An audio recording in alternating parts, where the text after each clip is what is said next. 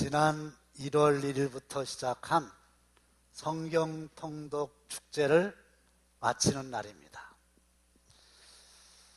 창세기 1장부터 요한계시록 22장까지를 모두 다 읽는 일을 했는데 그것을 마치는 날이 되겠습니다. 대부분의 성도들은 새해가 되면은 금년 한 해에 성경을 한번 읽어야 되지 않겠나 이렇게 생각을 해서 창세기부터 펴니다. 그리고 열심히 성경책을 읽으시는데 작심삼일이라 끝까지 읽지를 못하고 창세기에서 끝나는 분들이 많대요. 그래서 다른 건 몰라도 예수 믿는 사람들이 창세기가 너무 좋다는 겁니다. 무슨 말을 하려고 하느냐면은 간은 안 좋아도 창세기가 너무 좋아요. 소화도 잘 되고. 하나님의 말씀인 성경책은 이 세상에 있는 모든 책들을 다 합한 것보다도 더 가치가 있습니다. 아멘.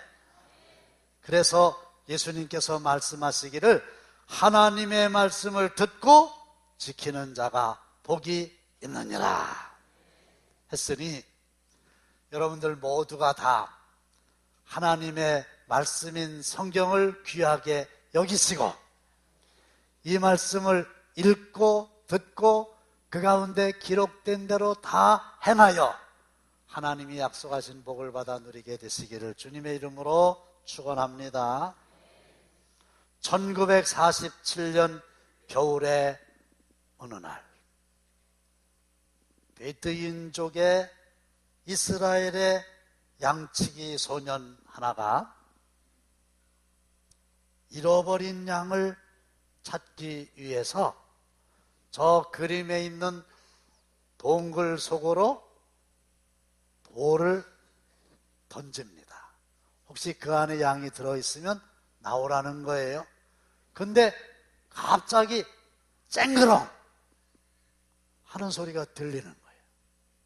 이상하다 싶어가지고 굴 속에 들어가 봤더니요, 오래된 항아리가 있고 그 항아리 안에 하나님의 말씀을 두루마리에 붓글씨로 한자 한자 쓴 성경 사본이 들어있는 거예요.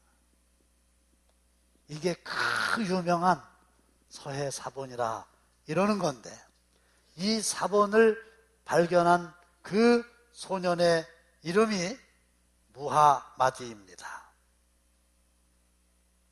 그런데 이 무하마디라고 하는 소년은 그 사해 사본이라고 불리우는 이것이 귀한 줄을 몰라가지고 그냥 집으로 질질 끌고 왔는데 가족들도 그게 귀한 줄을 몰라요. 그래가지고 며칠 동안은 천막을 지탱하는 기둥에다가 매달아 놨어요.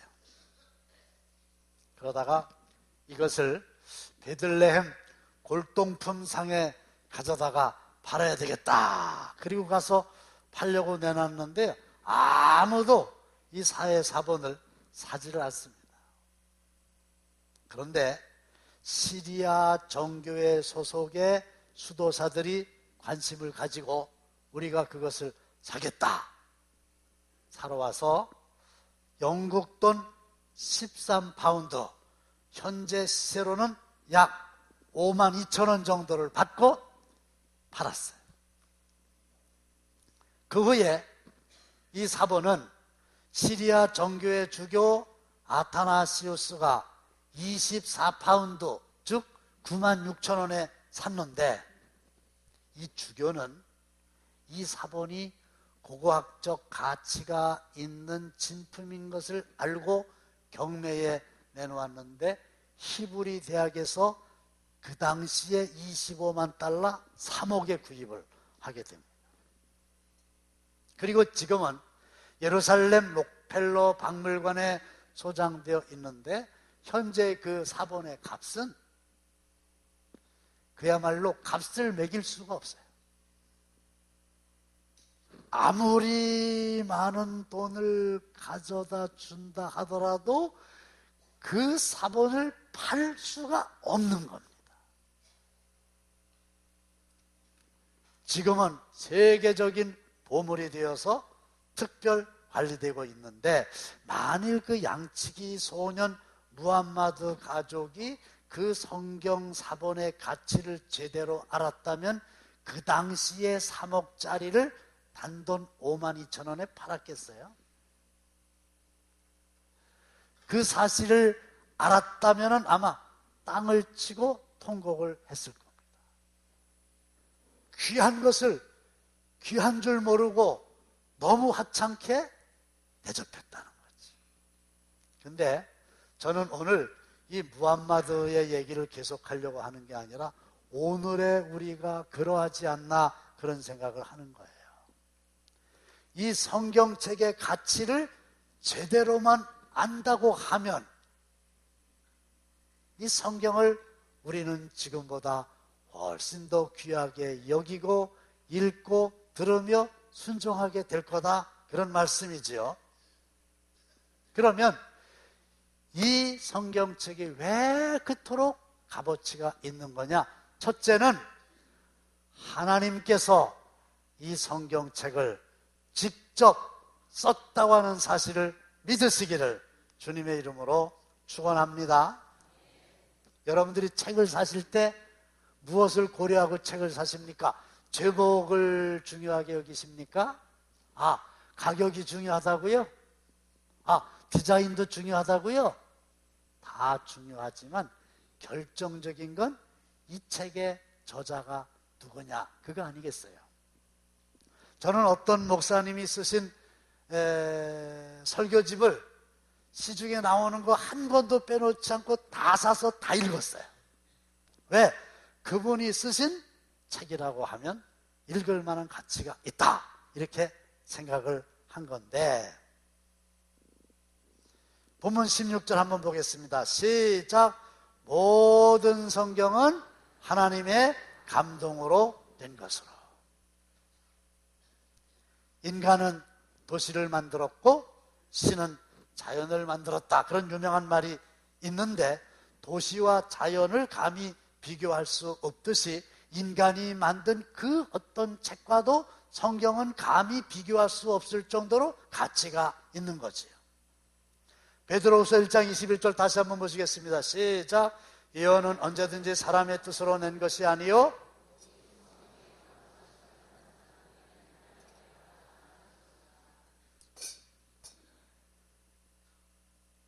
마태가, 요한이, 베드로가, 무슨 모세가 성경을 쓴 걸로 알고 있지만 그 사람들은 단지 편집자에 불과하고 그들에게 감동을 주어서 인간의 힘으로는 도무지 쓸 수 없는 성경책을 쓰게 하신 분이 하나님이시다. 할렐루야. 그래서 이 성경책은 가치가 있는 겁니다. 저는 신학교에 들어가기 전까지는 나름대로 이 성경책을 신구약 다 읽으면서 어떤 생각을 했느냐? 죄송해요, 그땐 진짜 몰랐어요. 저는요, 한 사람이 다 쓴 줄 알았어요. 그래가지고 한 사람이 앞으로 얼마 후에 무슨 일이 일어날 거다, 이렇게 예언을 해놓고 그 한 사람이 나중에 신약 쓸 때에 그때 한 그대로 됐다, 이렇게 썼는 줄 알았어요. 정말로. 근데 신학교에 딱 들어가 보니까 이 성경을 쓴 그 기간이 무려 1600년이에요. 구약이 1500년, 신약이 100년. 그리고 이 성경을 쓴 저자들이 약 40여 명 됩니다. 다시 말씀을 드리면 전혀 다른 시간에, 전혀 다른 시대에 전혀 다른 장소에서 전혀 다른 사람들이 쓴 책을 모아놨는데 아주 놀랍게도 그 책의 모든 주제가 일맥상통하고 앞뒤 좌우가 다 맞는 거예요. 신기하지 않습니까? 세 사람이 입을 맞춰가지고 이렇게 하자고 그러고 막상 나가서 얘기하다 보면 서로 말이 안 맞는 수도 있는데, 미가서라고 하는 성경에 보면 예수님이 태어나시기 700년 전에 세상에 베들레헴이라고 하는 지역에 메시아가 태어날 거다 이렇게 예언이 되어 있는데 700년 후에 실제로 베들레헴에 예수님이 태어났었단 말이에요. 그리고 성경에 나와 있는 인물들이 모두가 다 역사적인 인물이고 성경에 나오는 지명들이 실제로 가보면 지금도 그 이름으로 불리어지고 있다는 거예요. 대단하지 않나요?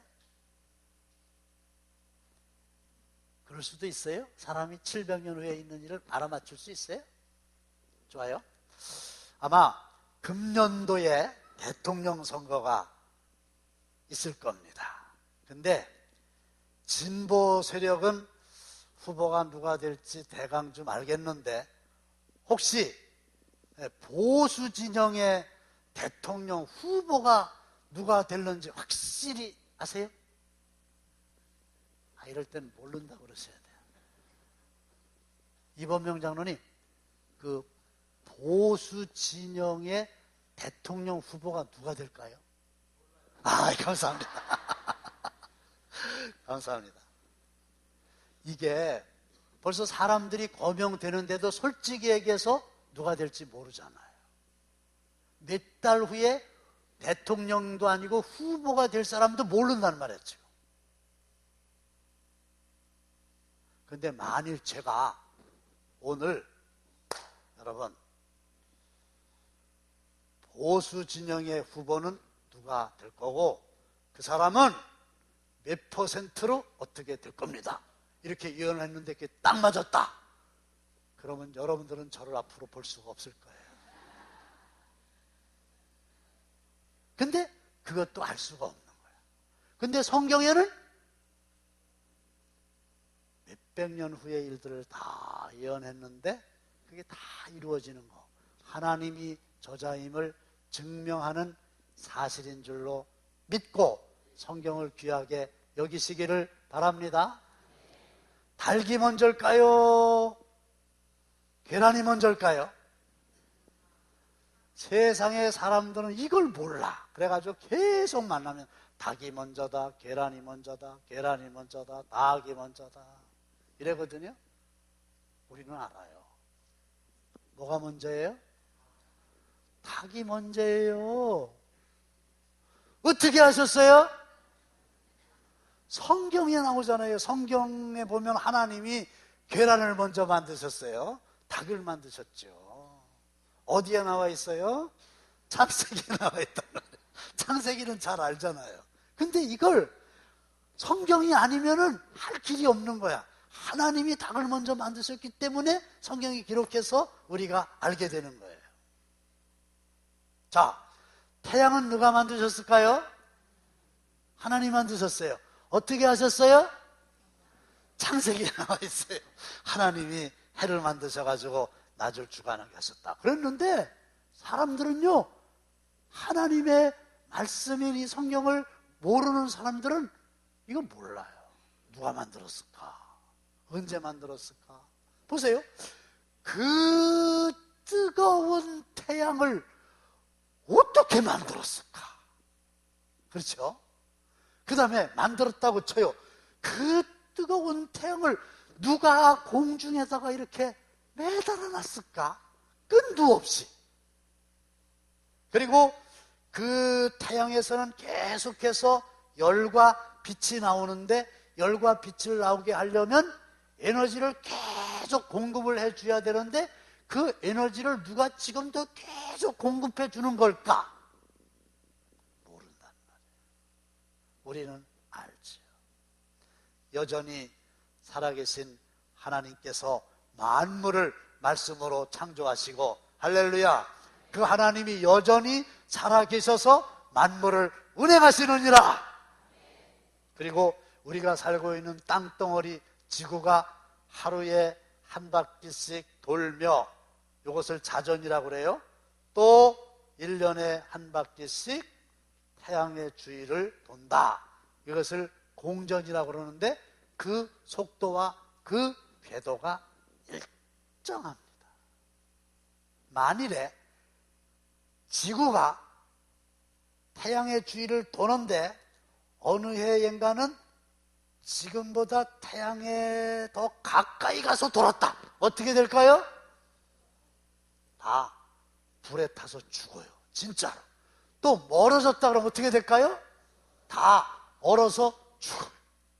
근데 단 한 번도 창세 이후로 그 지구가 쉰 일이 없고 고장난 적이 없고 도는데 궤도가 일정하고 속도가 일정하다. 누가 관여하실까요? 하나님이 하시는 거예요.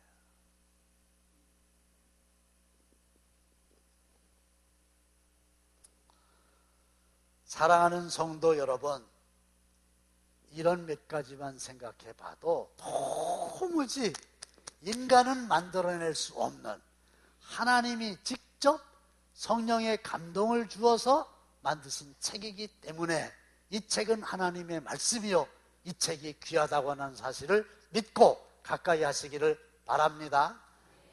두 번째로, 이 성경은 우리에게 구원에 이르는 지혜를 알려줍니다. 누가복음 12장에 보면 한 부자의 이야기가 나오지요. 어느 해 그의 농사가 풍년이 됐습니다. 창고를 많이 짓고 곡식을 가득 채워놓고 여러 해 쓸 물건을 많이 쌓아두었으니 평안히 쉬고 먹고 마시고 즐거워하자. 그때 주님이 말씀하셨어요. 어리석은 자여, 오늘 밤에 내 영혼을 도로 찾으리니 그러면 내 준비한 것이 누구의 것이 되겠느냐.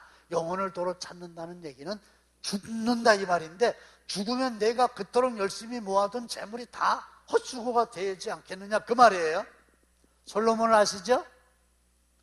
왕입니다. 대통령이 아니고 왕입니다. 절대 군주입니다. 그리고요, 돈이 얼마나 많았는지 솔로몬 이전에도 솔로몬같이 돈을 많이 가진 사람이 없었고, 솔로몬 이후에도 솔로몬만큼 돈을 많이 가진 사람이 없었다 그랬어요. 그리고요, 플러스 첩이 몇 명인지 아십니까? 모르세요? 성경에 나오는데 1000명이에요. 1000명. 그러면 세상적으로 얘기하면 부러울 게 하나도 없고 모든 것을 다 가진 사람이 아니겠습니까? 그런데 그 솔로몬이 하나님이 없다고 하면 인생이 어떤 거냐를 얘기했어요. 헛되고 헛되며 헛되고 헛되니 모든 것이 헛되도다. 히브리서 9장 27절, 한 번 죽는 것은 사람에게 정해진 것이요 그 후에는 심판이 있으리니. 죄송한 말씀이지만 저를 비롯해서 오늘 이 자리에서 예배한 우리 모두는 언제인 줄 알 수 없지만 100% 반드시 틀림없이 죽는 날이 올 건데, 그 죽는 날이 언제인 줄을 알지 못할 따름이라는 거예요. 사형수하고 똑같아요. 사형수들은 죄를 짓고 감옥에 갇혀 있는데 언제 사형이 집행될지 몰라서 초조하게 기다리고 있는 사람들이에요. 우리는 감옥 안에 들어가 있지 않지만 죽는 거 분명하고 언제 죽을지 모르는 거고, 그러니까 처지가 비슷하지 않습니까? 우리가 애지중지 여기는 이 몸이 어느 날 매장을 하든지 화장을 하든지 반드시 한 줌의 재로 한 줌의 흙으로 돌아갈 날이 기다리고 있다. 그런 거 생각하면 희망이 없어요. 오직 죽음이라고 하는 것을 향해서 하루하루 다가갈 뿐이에요. 오늘은 어제보다 죽음의 하루도 가까워진 거예요. 무슨 의미가 있어요? 근데 성경에 보면 한 번 죽는 것은 하나님의 정하신 것이요, 그 후에는 뭐가 있다 그랬어요? 심판이 있다. 그래가지고 왼쪽이냐 오른쪽이냐 양이냐 염소냐 영생이냐 영벌이냐 천국이냐 지옥이냐, 이거를 가르는 심판이 있는데 심판주는 하나님이시요, 우리 모두는 다 단독자로 그 하나님의 심판 앞에 서게 되는데, 누구든지 예수를 믿기만 하면 멸망치 않고 구원을 얻게 되리라, 영생을 얻게 되리라. 할렐루야. 이걸 어떻게 알았어요? 성경에 쓰여져 있기 때문에 우리가 구원을 받을 수 있는 지혜를 얻게 된 거고, 그래서 이 성경책이 귀하다 그 말이에요.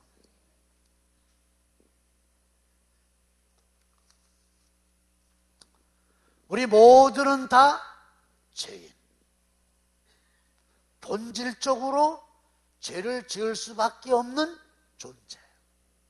그런데 예수님께서 이 땅에 오셔서 나의 죄를 대신 짊어지시고 십자가 위에서 돌아가신 것을 믿기만 하면 어떤 죄를 할지라도 용서함을 받고 하나님의 자녀가 된다. 할렐루야.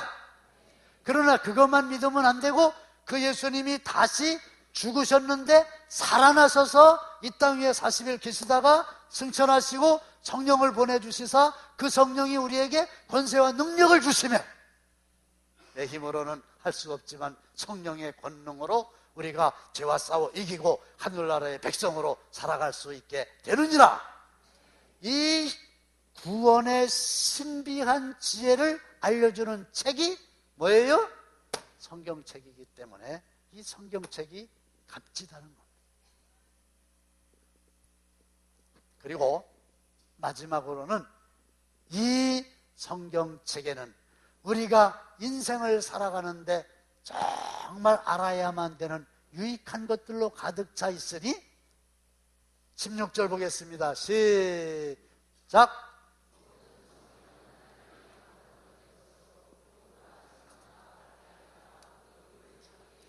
교훈과 책망과 바르게 함과 의로 교육하기에 유익한 책이 성경책이다. 그러면 교훈이라고 하는 게 뭐냐? 잘못을 하기 전에 이렇게 살아라, 권면하는 내용인데요. 우리는 어렸을 적에는 부모님이 교훈을 해주셨죠. 너 이거 하면 안 되고 너 이렇게 해야 돼. 근데 이젠 다 커버렸잖아요. 그러니까 부모님이 우리에게 무슨 말씀을 하셔도 잔소리쯤으로 여기고 내 마음에 옳은 대로 그냥 살아가지, 부모님의 말씀을 교훈으로 받아들이는 장성한 자녀들은 없단 말이에요. 그리고 학교 다닐 때는 선생님이 이래라 저래라 말씀하셨는데 지금 학교를 졸업했잖아요. 그러니까요, 솔직하게 말씀드리면 우리를 교훈해 주는 이가 없습니다. 그런데 하나님께서 지으신 성경책을 읽어보면 악을 악으로 갚지 말고 선으로 악을 갚으라, 이런 말씀이 있는가 하면 돈을 사랑함이 일만하게 뿌리가 되느니라. 이런 교훈을 누구한테서 우리가 듣게 됩니까? 개처럼 벌어서 이런 소리나 들었지.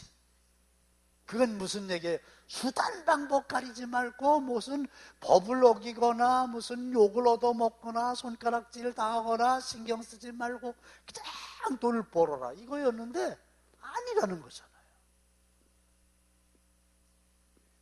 그래서 예일대 총장을 역임했던 윌리엄 리용 펠로스는 이런 말을 했어요. 나는 대학 교육의 가치를 충분히 인정한다. 그러나 대학 교육 없는 성경 지식이 성경을 모르는 대학 교육보다 훨씬 값어치가 있다, 이 얘기를 했단 말이죠. 두 번째로는 책망인데, 책망은 뭐예요? 죄를 지은 자에게 꾸짖는 겁니다. 근데 우리는요, 요즘에 나에 대하여 책망하는 사람이 없어요. 누가 책망합니까? 요즘에 청소년들 아무리 말이 안 되는 행동을 하더라도 그거 책망 못 하잖아요. 그런데 하나님의 말씀을 보면 간음하지 말아라. 이게 너무나 은밀한 일이라 드러나지 않는데 하나님의 말씀은 살아있고 활력이 있어 좌우에 날선 어떤 검보다도 예리하여 혼과 영과 및 관절과 골수를 찔러 쪼개기까지 한다. 하나님의 말씀은 면도날보다도 더 예리해가지고 그 마음속에 깊이 감추어 있는 은밀한 것이라도 찌르기도 하고 쪼개기도 하고 그래가지고 가슴이 찰령하게 하고 하나님의 말씀으로 이걸 우리가 받게 된다는 거죠. 우리아의 아내 밧세바를 취한 다윗에게 어느 날 나단 선지기가 딱 나타나서 네 놈이 바로 그놈이라. 하나님의 말씀이 책망한다는 거, 이게 우리의 인생길에서 얼마나 유익한 일인지 몰라요. 그리고 세 번째는 바르게 한다 이 말인데, 바르게 한다고 하는 말은 구부러진 것을 제대로 펴준다 이런 뜻이니까 잘못된 것을 바로잡아주는 거. 그래서 천하의 불황아 어거스틴이 하나님의 말씀 앞에서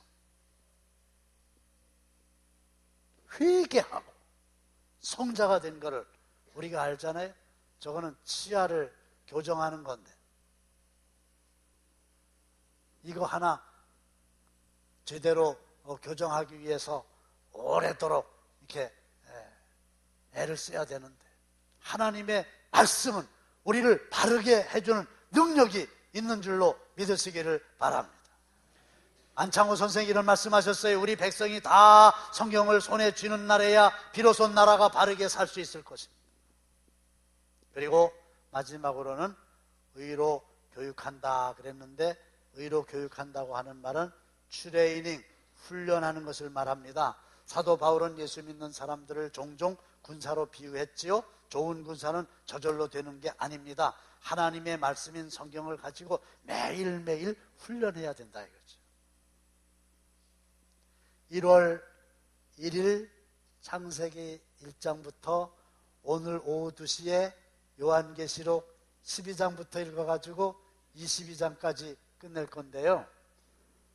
목사인 저도 그 40일을 한 번도 빼놓지 않고 계속 참석한다는 일이 쉽지 않았어요. 우선 잠하고 싸워야 되고 추위하고 싸워야 되고 또 여러 가지 방해하는 환경과 싸워야 되고 이게 쉽지 않았어요.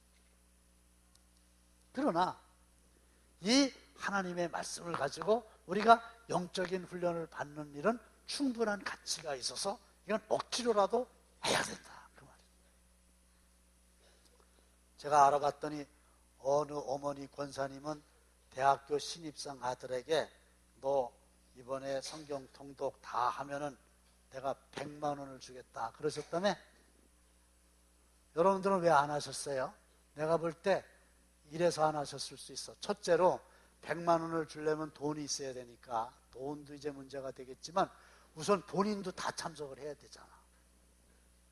엄마는 집에서 자고 너만 갔다 와라 100만 원 주겠다 이게 안 되잖아요. 근데 사실은 이게 100만 원이 문제가 아니라 여러분들의 자녀들이 하나님의 말씀을, 그것도 일독을 한다고 하는 일은 너무 중요한 거고, 일독을 한 사람이 아멘 준비하세요. 이독을 할 수 있고 할렐루야. 제 말이 안 맞아요? 그럼 성경을 한 번도 안 읽은 사람이 삼독할 수 있어요? 그런데 이 성경은 어려서부터 가르치면 아주 좋다는 거예요. 15절에 보면 어려서부터 성경을 알았나니 이 디모데후서가 사도 바울이 디모데에게 쓴 편지잖아요. 그러면서 이 디모데는 어려서부터 어머니와 외할머니로부터 성경을 배워가지고 성경을 알아서 그들에게 있는 착한 양심이 그대로 이어져 내려왔다. 그렇게 얘기하고 있지 않습니까? 매주 5일 하는 사무엘 학교, 토요일마다 하는 쉐마 학당, 이게 그토록 가치가 있는 일이에요. 자, 오늘 말씀을 냈습니다. 금년은 마르틴 루터 종교개혁의 500주년이 되는 해잖아요.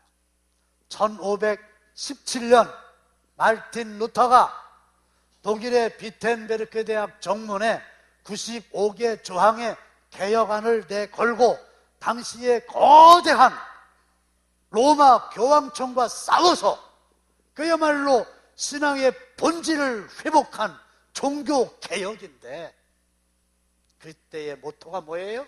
성경으로 돌아가자. 그래서 하나님이 저자가 되시고 구원을 얻게 하는 지혜를 알게 하는 이 성경책, 교훈과 책망과 바르게 함과 의로 교육하기에 유익한 이 성경책을 귀한 줄로 알아서 더 가까이 읽고 또 듣고 기록된 대로 행하여 하나님이 약속한 복을 다 받아 누리는 한 권의 책의 사람들이 다 되시기를 주님의 이름으로 축원합니다.